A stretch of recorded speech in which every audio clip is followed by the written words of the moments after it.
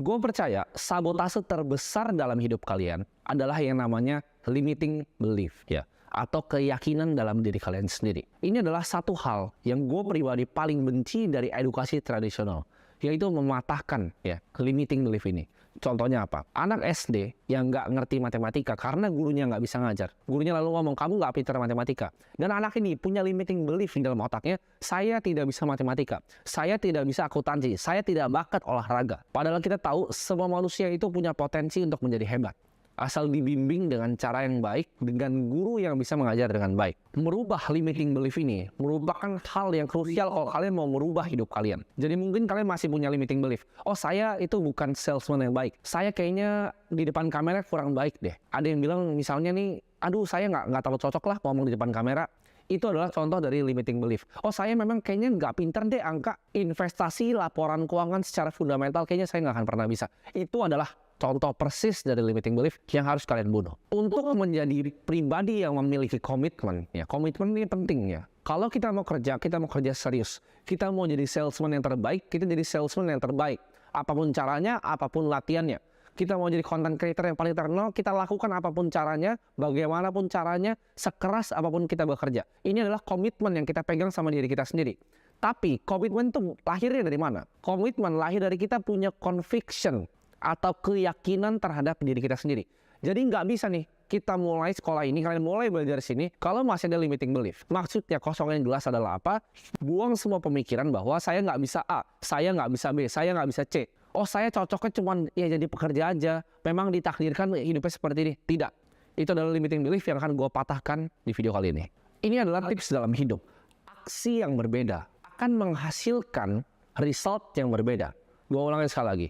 Aksi yang berbeda akan menghasilkan result yang berbeda. Mungkin kalian ada yang bingung, maksudnya apa? Kalau kalian mau merubah hidup kalian, let's say hidup kalian sebuah timeline ya. Yang kalian harus lakukan adalah sebuah aksi yang konsisten. Contohnya, kalian decide nih, oke, saya mau belajar di sekolah jalanan ini. Saya benar-benar mau belajar, saya mau komitmen belajar. Setiap hari saya akan luangkan waktu saya 30 menit sampai 1 jam secara konsisten.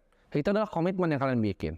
Dari komitmen tadi yang kalian bikinkan diri kalian sendiri, itu berubah jadi sebuah aksi. Setiap pagi kalian bangun tidur, kalian luangkan 30 menit sampai 1 jam untuk belajar. Bahkan ulang lagi materinya, catat apa yang kalian bisa pelajarin. Jangan kalian cuma angin-anginan ikutin nih. Oh, cuma ngerasa mau sukses, tapi nggak mau ada usahanya. Mau sukses, penontonnya masih terdistraksi sama yang lain. Jangan cuma jadi orang yang angin-anginan dan orang yang cuma setengah-setengah. Itu percayalah hidup kalian nggak akan pernah kemana-mana. Ini cerita tentang 2 orang Vietnam yang ditembak di penjara yang terkenal namanya Hoa Lo Prison. Dari 2 orang ini mereka dirantai sama-sama ke beton, disiksa, dipukuli.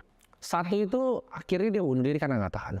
Yang satu lagi nggak bunuh diri sampai di ujung akhirnya. Perbedaan antara 2 orang ini apa? Yaitu belief atau kepercayaan terhadap dirinya sendiri. Dia percaya akan greater cause. Dia nggak mau mengambil nyawanya sendiri. Itu perbedaannya. Kepercayaan itu bisa membuat suatu orang menjadi hebat, tapi juga itu adalah pedang mata 2. Kepercayaan bisa juga menghancurkan hidup orang sampai bunuh diri. Dengan dia percaya dia adalah manusia yang nggak berguna di dunia ini. Dia percaya adalah saya seorang pecundang yang nggak akan pernah bisa sukses. Itu limiting belief. Sedangkan kalau kalian percaya, oh suatu saat saya pasti bisa punya hidup yang saya impikan. Maka percayalah, dunia ini akan kasih exactly apa yang kalian minta. Ini adalah contoh limiting belief.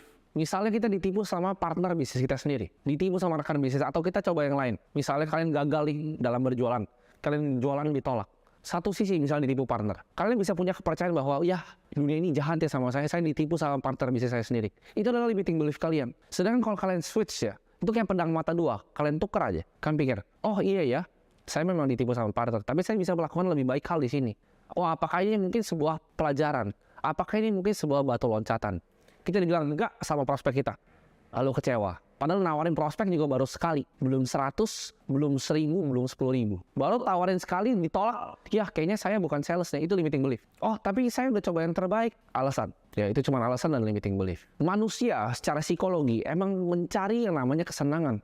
Mereka nggak suka hal yang susah. Tapi kuncinya dari punya keyakinan yang kuat adalah merubah nih. Dari yang tadinya itu kesakitan, dari pain, gimana cara ubah itu menjadi sesuatu yang bisa positif, negatifnya. Dan dia tekan terus ke keyakinannya. Saya nggak bisa, saya bukan orang yang sukses, saya dilahirkan beda kok sama dia. Itu ditekan limiting belief kalian. Sedangkan orang yang punya keyakinan yang kuat akan melakukan yang sebaliknya.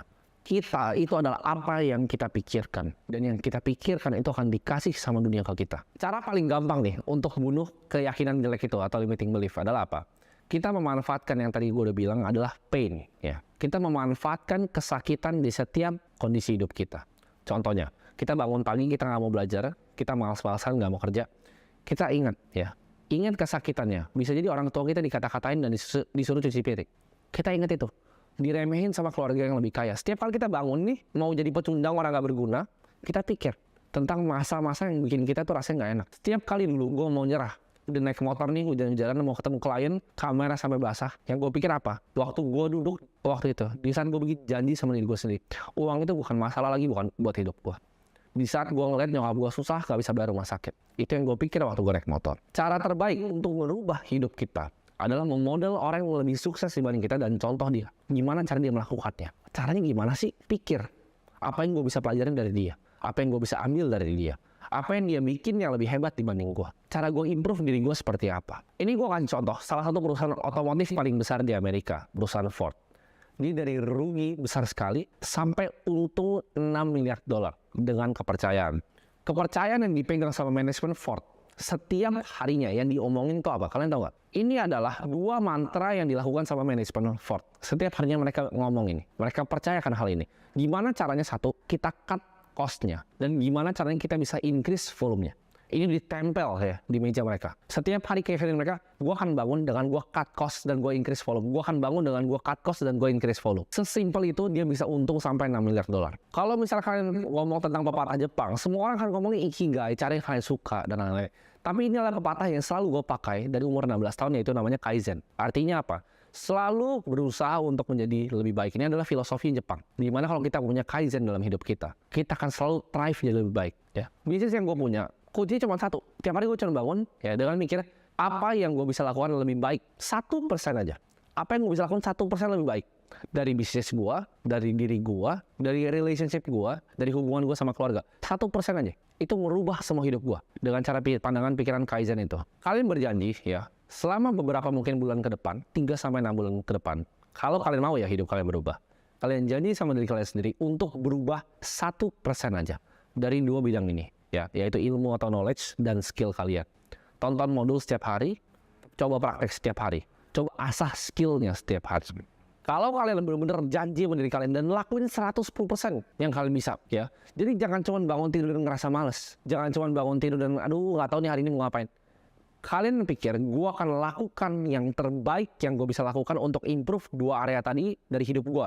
Satu adalah ilmu gue mau jadi tambah pintar setiap harinya, dan gue akan kerja keras untuk dapetin hal ini.